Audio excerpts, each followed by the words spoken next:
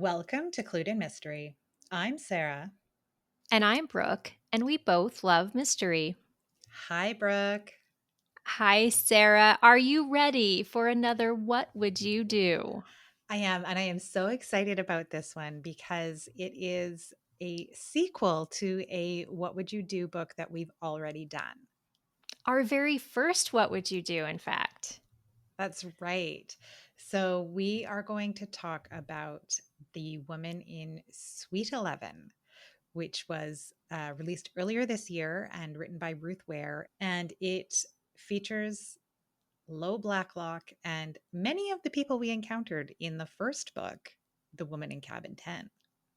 Before we begin, let me do the usual spoiler warning. We are going to get into a lot of detail about this book, and there is likely to be reference to death by suicide. So if neither of those things interest you, then feel free to skip this one. I'll bring everyone up to speed. So, as Sarah said, this is a sequel to The Woman in Cabin 10. Uh, Lo Blacklock is back, and she's mostly recovered from her harrowing experience aboard the Aurora cruise ship, and she's now a mom of two living in New York with her husband, Judah.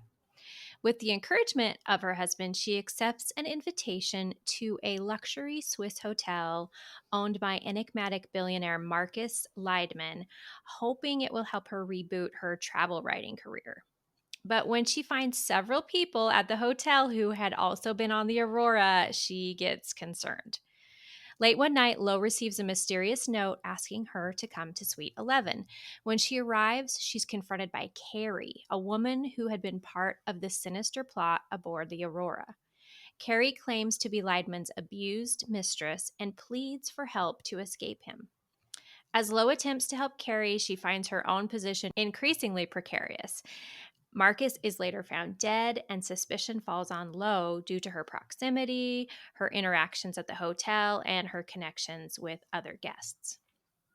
After being tricked and used in multiple ways, Lo eventually uncovers that Carrie and Marcus's son Peter conspired to kill Marcus. In the end, before disappearing, Carrie gives Lo access to incriminating evidence, apparently so she isn't blamed for the murder, and then Peter ends up taking his own life. With the case closed, Lo returns home to New York, legally cleared, though emotionally scarred and once again rocked by Carrie's betrayal and manipulation.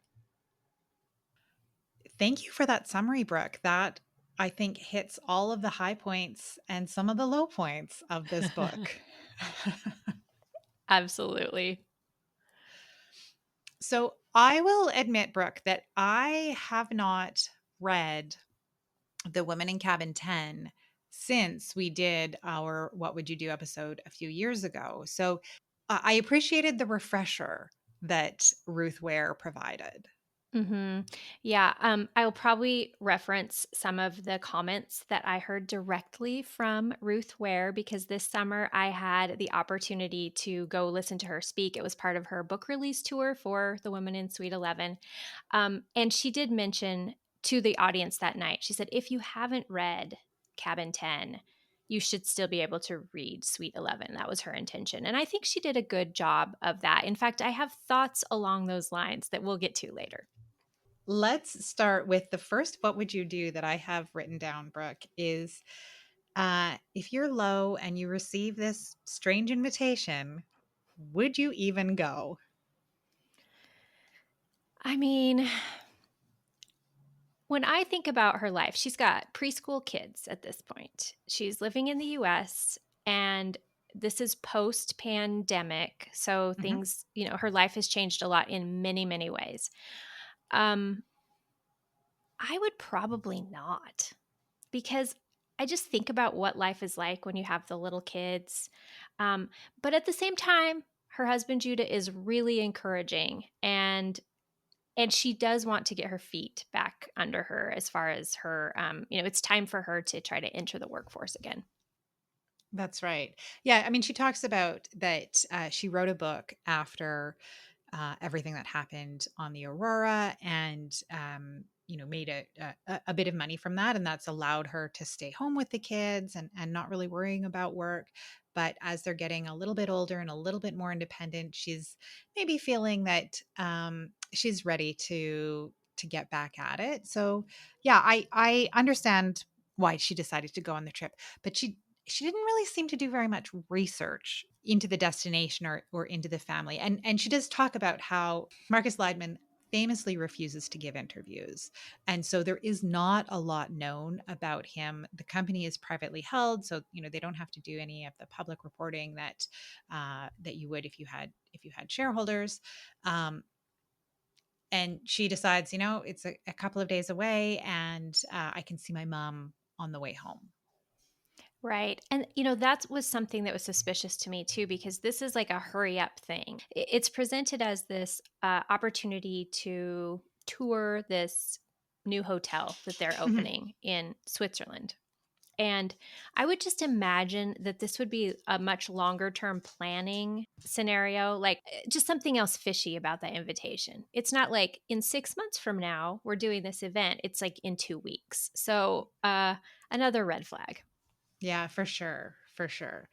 But she goes. And as you mentioned in the summary, she gets there and realizes that there are a lot of people who were there on the Aurora with her.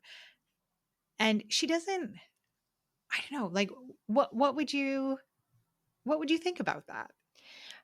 Yeah, we hear that, some of her internal thoughts is she's like trying to talk herself down. She went through such a terrifying situation on the Aurora that she talks about that she's, had to readjust her anxiety medication and she's had some mental health issues because of it. But I don't really think her actions portray that very well because I would be freaked out that all these players from the Aurora are all at this hotel together. But she's there, and there's really not much that she can do about everybody else being there too. So she just kind of treats it like this little reunion and is um, more or less happy to see them.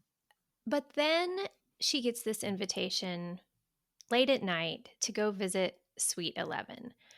Okay, so what would you do, Sarah? Would you just freshen your lip gloss and head on down to Suite 11 at midnight? Now, she's a reporter, and so she is curious by nature. So Mhm. it is understandable that she would go up to Suite 11. But I don't know if I would do it in the middle of the night. Yeah, agreed. And she is hoping to get an interview, a scoop, because as we've discussed, Marcus Leidman doesn't give interviews, but she's put the feelers out there to try to get him to speak with her. And so I think she's hoping that this is her opportunity. Uh, but I would be extremely nervous. Mm-hmm, mm-hmm. And she gets up there, and it's not Marcus, but Carrie.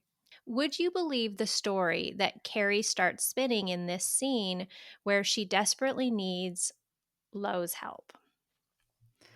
Yeah, I think that's a really good question. And she she does believe it without really doing any double checking, Hmm. right? Which I think for someone who's a reporter is not uh n- you always check your sources, right? So she's not following her professional rules.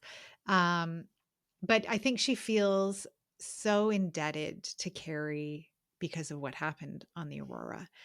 The situation is that Carrie is kind of one of her captors, but then in the end, she helps Lo escape. So Lo feels extremely indebted to this person. Really, she owes her life to Carrie in many ways. So I think that is what puts her over the edge of thinking, I've got to help her. But Carrie claims that Marcus Leidman, who is quite elderly, is abusing her in many different ways and holding her captive because he has discovered her true identity as the person who did these terrible things aboard the Aurora. That's right. So um Lo agrees to think about helping Carrie. She ends up having the opportunity to speak with Marcus Leidman and get this scoop that she's been hoping to get. But during their conversation, he reveals that he has been keeping tabs on her. So, Brooke, would you remain at the hotel after realizing that he knows the names of her husband and her children and their ages? Like, he has done a lot of investigating into her life. Right. I think when he mentions the children and their names, that would probably be enough to, at bare minimum, get me talking to someone else, like calling my husband, going over this scenario with him. She's a little wary of two of the other men for different reasons that are at the hotel. There's Ben and there's Cole. I could see myself breaking down and telling them, "You're not going to believe who's here. Carrie is at this hotel," because they were involved in the whole scenario on the Aurora. I just don't see myself staying quiet at that point because I would just be fearful for my family and for myself. Yeah, and you mentioned she doesn't get in touch with her husband, and there are several opportunities that she has to do that and decides for various reasons not to even send him a message. Right. Um, this is despite them having a seemingly very strong relationship. And I don't know. I guess I if someone was making a not even a particularly veiled threat against my family, I feel like maybe I would warn my husband that this was happening, Hmm. and sacrifice this work opportunity. Decide that it just wasn't worth um, potentially harm coming to the people that she loves the most. Several times she uses the excuse of the time difference to not contact Judah. And I'm like, if you're doing international travel, your spouse understands that they might get a call in the middle of the night. Mm-hmm, mm-hmm. But Carrie has this picture perfect, clearly very methodically considered plan. And it really comes down to the fact that Lo has a dual citizenship. She has obtained her American citizenship. She remains a citizen of Britain. And so she has two passports. And Carrie decides that they look similar enough to one another that she could just travel on Lowe's other passport. And she explains this grand plan to Lowe. I mean, what would you think, Sarah? Yeah, I wrote this down as well, Brooke, as like, would you agree to Carrie's plan? And yes, she feels in debt to Carrie. And yes, Carrie seems to be in a very tight spot. And, you know, I don't know. I just don't know if I would be prepared to risk my passport uh, for this plan. But she does agree to it. And the two of them make their way to the Eurostar so that they can get back to the UK. It works out and they pull it off. That's right. So now they're both in the UK. Carrie's plan was a success. Would you now part ways with her? Or would you agree to go to another hotel with her? This is on my list as well, Sarah. Carrie convinces her that her prize, I guess, for doing this plan with her is going to be this really expensive dinner and night on the town. And I was thinking, heck no, I'm not going anywhere with you. I want my passport back. You go your way, I'll go my way. But they do. She goes out, they have a big dinner, and then they are going to spend allegedly one night together in a hotel. And she uses the excuse her mom isn't expecting her for another day. And I was like, what the heck? If you show up a day early, your mom's going to be very happy to see you. I know exactly. The next morning, Marcus Leidman and his son Peter arrive at the very hotel that they're staying at. Right. And so my thought here is what would you do, Sarah? Would you finally start to question Carrie's honesty? Yeah. She says, well, it's a coincidence. But there are a lot of little boutique hotels in the UK. And I would find it very difficult to believe that of all of them, Marcus Leidman and his son just happened to arrive at the one that they're staying at. Hmm. Yeah, so this is about, I mean, I'm not counting specifically, but probably at least the fourth or fifth big thing that could have tipped Low off to Carrie not being completely honest. And we're going to have more, everybody. But this one is a biggie to me, especially considering that they're supposed to be hosting this event at the hotel that they own. And they've taken it upon themselves to leave that and come here. Something's up. Exactly, exactly. Because Lo left that hotel in Switzerland a day earlier than she was meant to. So all the other guests, all the people that she knew from the Aurora, they're all still there enjoying themselves. Except we learn, and I don't think she ever follows up with Ben about this, but we learn that Ben was on the Eurostar as well. Exactly. This is a thread that is never tied up. And so we don't know what Ben was doing on the train. So while they're at this hotel, Carrie is hiding out, right? The room is reserved in Lo's name. Lo goes down for the meals, brings up a little bit of food for Carrie, or Carrie orders room service. But as far as anybody knows, Carrie does not exist and is not at the hotel. And this proves to be an issue because Marcus Leidman actually ends up dying. Hmm. The police come to question Lo. Carrie hides in the bathroom, and Lo offers her explanation, which was she heard a scream. It was the um, room service coming in to drop off breakfast that Marcus had ordered. Finds him drowning in the tub, and so Lo goes to try and help save him, and she and Peter um, are the ones who remove him from the bath, and so she has to provide this to the police. She doesn't really think that there's anything more to the story. Hmm. Exactly. I did wonder though, would you have, at the time that the scream occurs, Lo has kind of decided, I'm out of here. I am cutting my losses. Not because she's particularly uh, suspicious of Carrie, but I think she's just ready to s- part ways. And then she hears the scream. Would you have gone to save this person that is in danger, or would you have just cut and run? Yeah, I wrote this down as well. Would you go and check? I mean, again, going back to she's a reporter, so we have to maybe forgive her a little bit more curiosity than Hmm. we might have. But you're right. She was just at the time that she hears the scream, she was calculating how much time she had before she needed to get in a cab to take her to the train station, thinking that within an hour she was going to be on her way to see her mother. Yes.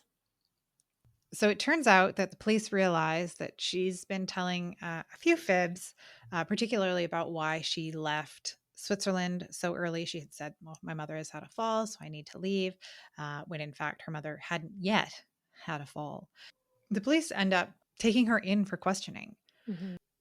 Right. So Lowe's story doesn't really line up. And this also is impacted because this hotel, this very ritzy hotel, has uh, memory on all the keypads and the door locks. So they can tell when each door is open and closed. And that causes her some problems as well. During this time, she does finally talk to Judah back in the United States. And she tells him, no, absolutely not. Do not come here. Would you do that, Sarah? Well, at this point, she still believes that the police will realize that she hasn't done anything wrong, right? Mhm. So, her alert level isn't very high. I don't think it's high enough. I think it was around this point where I was like, "Oh, Lo, like you have been so set up. How can you not realize?" Exactly. Maybe that's the case. It's like as a reader, you have much more tension than uh Lo apparently has. And But she does. She tells her husband, "Just stay. I'll take care of this. You stay with the children." He does, however, then call Ben and Cole, who we referred to earlier, and they're able to help provide counsel for her, which she eventually needs because she does get taken into the police station. Yeah, that's right. He does get her released, though, I think on bail. She gets back to the hotel, and Carrie is nowhere to be seen. And Lo still thinks, well, fly away, little bird. I hope you have a nice life. Again, this is another opportunity for her to start to suspect that Carrie, this mastermind on the Aurora, is up to no good, but she doesn't. She still trusts that she just decided that she needed to leave. I think it was at this point where I was just like, oh, I don't know if I can read any more of this. Yeah, it kind of swings back, but this is a hard section to get through. But when she arrives back at the hotel, she sees Peter getting arrested and she thinks, great, the police have it figured out. This guy was involved in his father's death. The penny still has not dropped for her yet that Carrie was involved as well. That takes a little bit longer.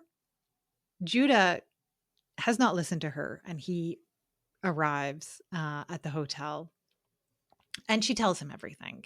She realizes that she cannot keep this a secret anymore. And it's in her telling this that the penny, I think, finally drops for her that, oh, you know what? Mm-hmm. Maybe Carrie was up to something. And she and Judah realize that Carrie has run off with Lo's bag, but Judah has put an air tag in the bag that Lo didn't know about. And so they can figure out where Carrie is. So, Brooke, when you've come to this realization, would you contact the police or would you go and confront Carrie yourself? I would 100% contact the police. We've established before that I'm a big ninny, and I would just be so pleased that we had this way of tracking her, but I would go to the police. Um, but Sarah, her reasoning is because she kind of wants to give her another chance to explain what she's done. Like, Lo. Yeah, yeah. She And must be a very patient mother. that is a good point.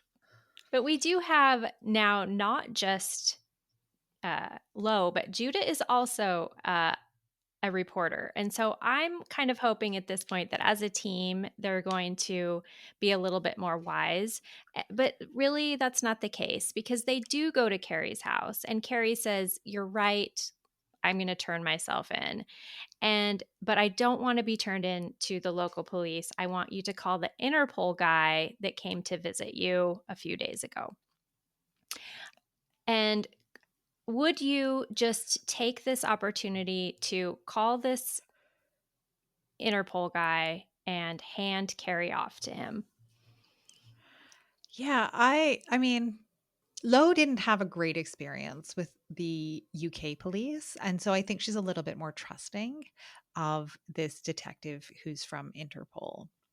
I was a little disappointed. As you point out, she and Judah are both reporters, and in this conversation that she has with Carrie, she doesn't think, I'm going to record this because there just might be some value in having some record of this conversation.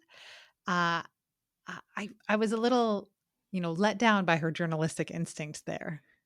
That is a great point, Sarah. I did not catch that, but it would have been a really great piece of evidence that could have, that Ruth Ware could have used later in the story. And I was disappointed, kind of in the same feeling there, that she didn't invite Judah in to listen to the conversation. She wanted Judah to wait outside. And I was like, heck no, I would want, not only is he your partner, he's also a journalist. And I would really want that person to be by my side when I'm questioning this woman who has committed a crime. Yeah, absolutely. But they don't do any of that. And she phones Inspector Capaldi, who arrives and takes her away. only for them to realize that, in fact, he is not a policeman. No, he does not work for Interpol. Interpol does not arrest people for crimes. They've completely been duped by Carrie once again. Yeah. And so finally, Lo explains everything to her lawyer, and he goes off to tell the police. And she is home alone because her husband has taken her mother to the grocery store. And there's an intruder in the house, and it turns out that it is Peter. And he has come to pick up a burner phone that Carrie left in Lo's jacket when they parted. And so Lo realizes there must be some evidence on this phone that Peter absolutely does not want anybody else to have. And it's the piece of evidence that will exonerate Lo. Hmm. Before the interaction is over, Peter has taken his own life, and Judah and Lo's mom return home, and that's kind of the tie up of the case, because the police are able to put all the pieces together now to know that it was Carrie and Peter working in league, and Lo was just an innocent bystander. That's right. So, in a little denouement, Lo receives a message via Instagram that is a photo of Carrie and the man who was pretending to be Inspector Capaldi on a beach, clearly in love. Mm-hmm. Mm-hmm. So, my question for you here, Sarah, is would you worry about Carrie coming back into your life again? Probably. She's acknowledged that she's still out there. And it's not a Lowe doesn't view this as a threatening message at all. But I think I would be a little concerned that this woman who now twice has led to some pretty harrowing events for Lowe um, is still around and knows how to reach her. Um, and they seem to have this strange affection for each other, this strange fondness. Maybe it's is it Stockholm syndrome where you Mm-hmm. Trauma start. bonding. Yeah, yeah. um so I don't know, do you think that there's going to be a a third book in this series? I think that that window is open, but usually we don't talk a lot about the book as a whole when we do our What Would You Do's. But I think in this situation, since we talked about book one as a What Would You Do, and we have this, and then I was, like I said, I was able to hear Ruth Ware speak on this book a little bit. I'd like to do a little bit more of a discussion on that, Sarah. Ruth Ware was very honest that she never intended on writing a sequel to this book. In fact, The Woman in Cabin 10 was a huge success, and she had a lot of fan mail requesting, like, hey, what happens to Lo next? And she was just not interested. And this was, going on 10 years. But eventually she gave in. And I'm not sure if that was her decision or a publisher's decision to go ahead and follow up on the story of Lo. And how do you feel, Sarah? Do you feel like that kind of shows that that wasn't maybe in her heart to do this book? Yeah, hearing you say that and thinking about the book, I think it was a good book. I enjoyed it. And if there was a third in the series, if we revisit Lo and Judah in, another 10 years, I probably will read that as well. But it is rare in domestic thrillers to have sequels, right? We've Mm-hmm. talked about them before where we, get this visibility into these characters' lives and then we don't see them again. It's not like um, cozy mysteries or detective fiction where you kind of develop this relationship almost with the characters, right? And you want to see how they're continuing to live. That's very unusual for a domestic thriller because domestic thrillers often don't tie up super neatly for everybody. Mhm. And I think it's just a very different kind of writing when you're writing a domestic thriller versus when you're writing a series. And if you haven't set out for the book to be part of a series, it sometimes comes through. And I think it did come through in this book. Mhm. Mhm. About halfway through, I got to thinking, like, what if this were just a standalone? This wasn't Lo Blacklock. This is just a woman who has had a terrible experience and now is finding a new connection with these people that that we didn't know quite so much about the first story. I think it would have worked a little bit better. And maybe people who are just going right to the woman in Suite 11 won't have as much of a problem with it, because to me, it's almost too much suspension of disbelief to have these, like, who has this many terrible things happen in their life? Anyway, that was just a thought I had, is like, I wonder if she had just made it another standalone, if I would have some of the same problems with the storyline. I think that's a really good question, Brooke, because I think with a few adjustments, this easily could have been a completely standalone book with all new characters, and the story would have worked really well. Hmm. Yeah, because at the end of the day, this is still Ruth Ware's beautiful writing. I always like the way she tells a story and the way that she carries us through. Her insight into somebody's mind is always really fun. And I'm like you. If there's a book 3, I'll be reading it. Brooke, this has been so fun to dissect the woman in Sweet 11. And I always enjoy doing the What Would You Do episodes with you. I do too, Sarah. And we hope that you enjoyed today's What Would You Do episode, listeners. But for today, thank you for joining us on Clued in Mystery. I'm Brooke. And I'm Sarah, and we both love mystery. Clued in Mystery is written and produced by Brooke Peterson and Sarah M. Stephen. Music is by Shane Ivers.